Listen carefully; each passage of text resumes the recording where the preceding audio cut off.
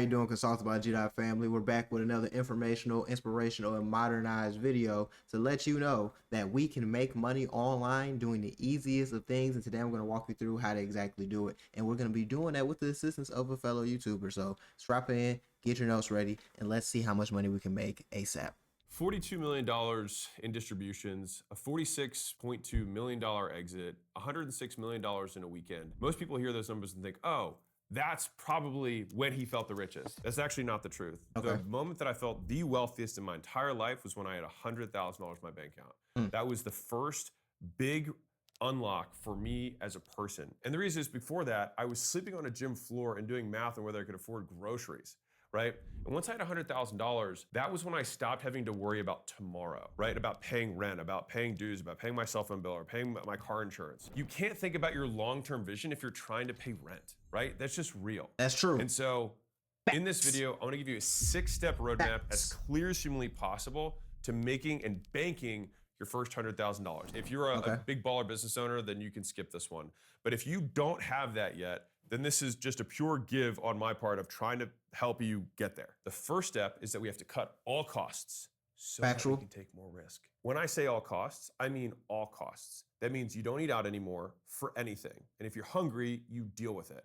And if it's not from a discount grocery store, you don't buy it. Clothing, like what you have right now on your back is everything you need for the next 2 years, period. No exceptions, just keep reusing it, trade or go to Goodwill. You go to work, you go home, and home is ideally with your family or worst case, with another family also trying to make it and save. Now, this method only works if you're not trying to use social media as a base and you're showing your face on social media as a base for what you're trying to start with your business. Because if you're showing your face on social media, you can't listen to this advice exactly because you do have to look the part. Even if you're not making the money, you still have to look the part. Now, you can still buy cheap clothes. You can still do things, moderately. I'm not saying you have to buy designer or anything like that. You can still go on ASOS, Boohoo, whatever, get what you need to get. But you're going to have to spend a little more money on buying the clothes and also is looking the part. But everything else is factual. You do have to cut the cost because if you don't cut the cost, you're not going to be able to afford what you need to afford. For example, you might need to use some AI software that'll help you, but that's $40 a month. So instead of eating out, and that's costing like $40 a week or $40 every 2 weeks or however much, you can use that $40 just to pay for this AI. And it's got to be as cheap as you possibly can. And I say this as somebody who lived through this. When I was beginning my journey, I was splitting a bedroom in a 6-bedroom house with one guy, just in that bedroom, as in like every night we'd stare at each other and I'd be like, good night, John. And he'd be like, good night, Alex. And I'd blow out my candle. That's crazy. Everything about that was true minus the candle. And pro tip, if you sleep with a fan on your face, you can't hear anything. So, that's insane. The fact you went through that. That's insane. But I had roommates that I was paying like $300 or $400 a month for a very long time while I was beginning my business and started to actually make real money, and I still stayed there. Now, the next thing is gonna be your car. So if we think about expenses, ideally a paid off clunker is the best way to go. If you can't, you want it to be as cheap as humanly possible, but ideally just pay off your car so you don't have to think about it again. All right, so that covers your food, your car, your shelter. And the reason that this is so important for us to basically stack up this cash flow, because you're working and making money, but right now you're probably spending all of it. So it's like we need to decrease it from the downside so we have this cash flow, this fluff that we can start spending and reinvesting in getting more skills, which I'll talk about in a second. All right, real quick, if you're on this path to your first 100K, I want to make it faster and easier for you. We're going to skip this ad, but I do like the way he's going with things. I feel like he's more on the extreme side of it. Like, don't get me wrong. This is very good advice because you need to do, I feel like most things in life need to be happening in moderation.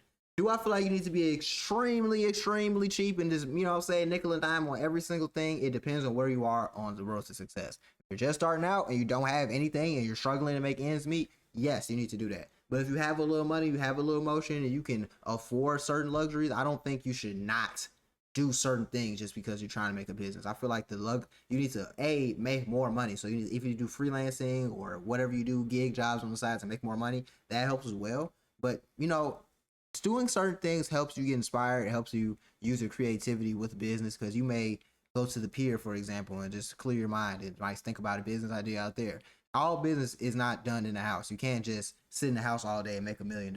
You have to be creative. You have to do certain things to Get your creative juices flowing. That might be going to a business conference. That might be going to the pier. That might be eating out once a week at a fine dining establishment to meet more people and get inspired. There's various things that you can do. That you're wasting the 2 4-hour chunks of the day that you do have available to you, which is your 5 to 9 in the morning and your 5 to 9 at night. So what you want to be doing is, instead of just like mindlessly doom scrolling through life, right? Instead, you're like, I have 4 hours before I have to go to work. Right now, if you work remotely, even better, because you can be more efficient with it. If you're not remote, then it might be 3.5 hours, or you just wake up earlier. And I also say this as someone who did this, right? The reason that this whole like I wake up early in the morning became a thing for me was because that was the only time I could get ahead. And so I very much believe in Kobe Bryant's perspective on this. It's like, if everyone else is going to practice, he's like, well, if I do 2 extra practices a day, I'm going to move forward 3 times faster. And so 1 is we got our money back. 2, we got our time back. Now that we have our time back, we need to minimize the distractions in that time period, because focus is achieved not through addition, but subtraction. When you remove everything else that doesn't matter, focus is what's left. Now, if you happen to be if you're on your path right now, so like let's say that you're not at job, so you started a business, but it's not making as much as you want and you don't have the 100K in savings. Let me just give you the simplest formula that I had. This is kind of like the 2.0 version, which is a 4-4-4 split. So if you're at 9 to 5, then you got 5 to 9 and 5 to 9. If you don't have a 9 to 5 during the day that you got to go to, then I like to do 4 hours of promotion. First thing I do when I get up is let people know about my stuff. Because if nobody knows about your stuff, they can't give you money. Right. The second 4-hour chunk is delivery. So you give the people that gave you money what you promised them. The third 4-hour chunk is building. So this is building the future, figuring out what to do next and how to do it. This is a combination of 2 things. It's going to be the curation of opportunities, like what are all the things that are out there? I have to see them, find them. And then the second is the prioritization of those. Okay, there's 10 things I could do. This one thing is gonna get me the highest return. Right. This is what I'm gonna prioritize my time and money towards. Exactly. So big picture, you promote, you deliver, and you build.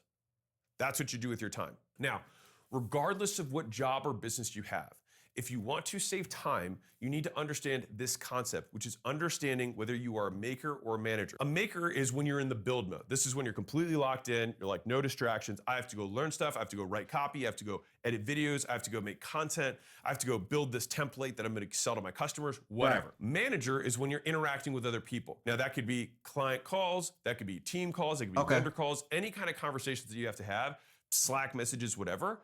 The thing is that managers, their perfectly productive day is no blink time, right? It's 5-minute chunks and you're just trying to have as many touch points and decisions as possible.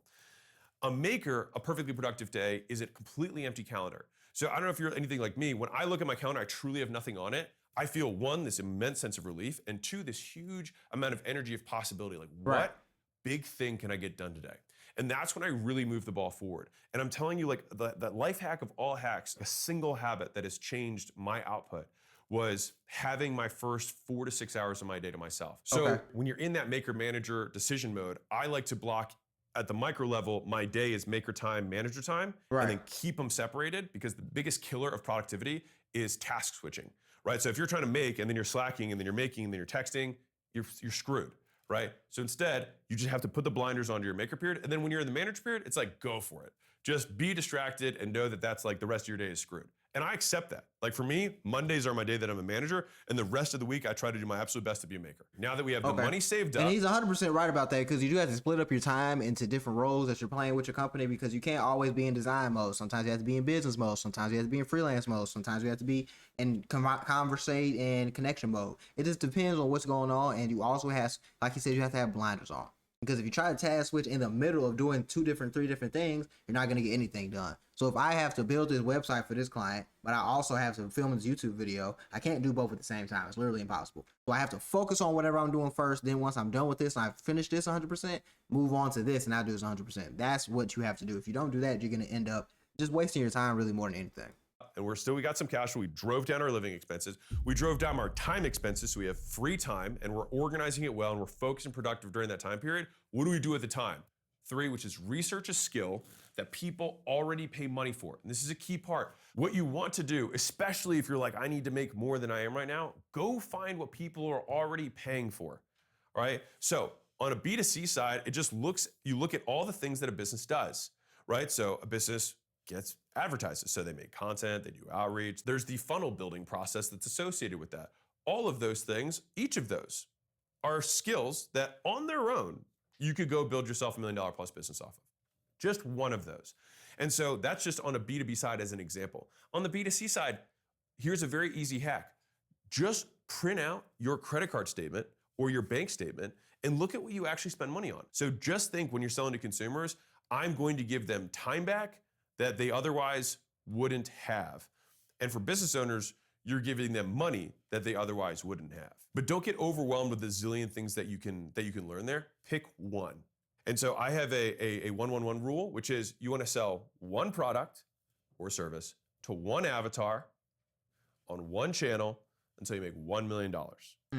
That's it. So we saved our money, we saved our time, and then we researched the skill that people... I do feel like, I do want to touch on the topic. I do feel like selling one thing and focusing on one thing is good, but it also limits your success in ways, because you can be successful selling this, but you can also be successful selling 2 or 3 other products as well. So I feel like it's good to expand once you figure something out. Once you started a business and you figured this business out, it's good to expand to other businesses as well as expanding that business. You want to be focused on 2 fronts sometimes, because it's easier to make $1 million doing 3 things than it is to make $1 million doing one thing, in my opinion. But that's just my humble opinion. But I do appreciate all the game that he has given us. He's more in the extreme focus, super focused, locked in, which is good to be super focused, locked in. But I understand 100% where he's coming from. I just feel like to avoid going crazy and avoid burnout, you should enjoy certain luxuries in life once you've earned them. For example, like let's say you got a certain amount of money this week and you budgeted everything, you can go out to a nice little dinner for yourself or something like that. But, you know, like I said, after you earn it. But this was a very informational video, and I cannot wait to see you on the next one.